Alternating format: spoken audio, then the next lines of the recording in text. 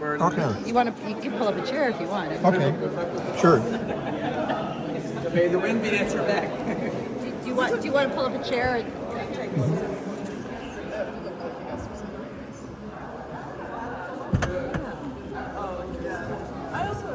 So, how many people are involved?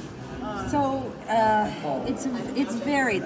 We have probably a volunteer core of about 10 people, and there are right now 4 of us are walking. Others will be joining, dropping in. There's 2 of us. Yeah, I was curious about that. Yeah. But there's 2 of them? So myself and the gentleman over there who's being interviewed, we're both walking the whole route. And at this point, it's just the 2 of us. And we have people dropping in. And people dropping out of it. So the idea here is for it to really be a kind of streams joining the big river as we move across the country. Sort of I like to think of it as sort of Forrest Gump energy, just like. Oh yeah. So, but right now there's just probably all told there's maybe 15 people who are at various points signed up to walk with us. So you started in Eugene today? We started in Eugene this morning. What time? We left Eugene at 10, which was kind of late. Yeah. But we knew we would be getting a late start. Most mornings will start much earlier than that. Okay. And we walk about 20 miles a day. That's the plan. And so that's a pretty decent stroll. Yeah. So you're going to be in Blue River We're going to be next in Blue River at the track? At the track, and we're going to arrive there tomorrow night, and then the next day we walk on, but then we're going to come back, so that we're going to end up spending 2 nights there, but keep moving and sort of.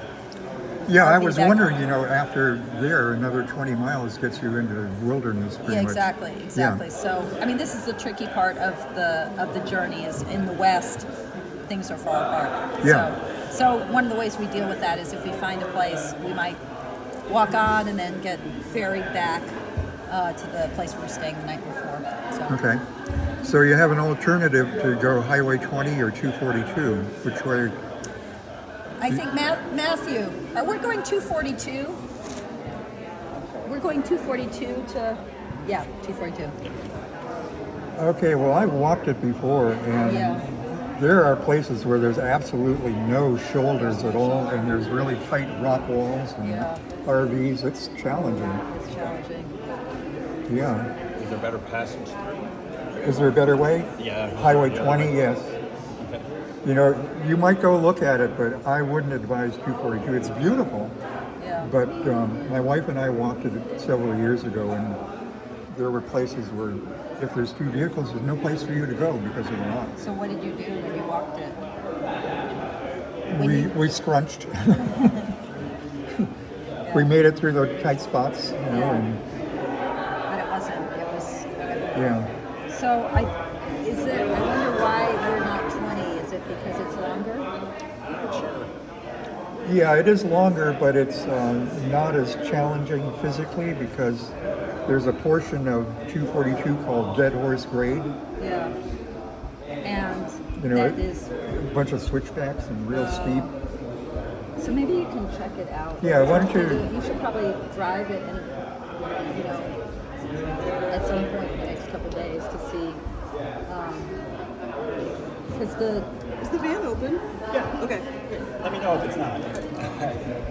So when is that part of our trip? That's not. Is That would be after tomorrow. Yeah, the day after. Yeah.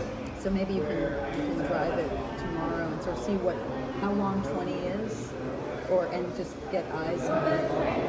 Yeah, I'll start building that early on too. Yeah. Yeah.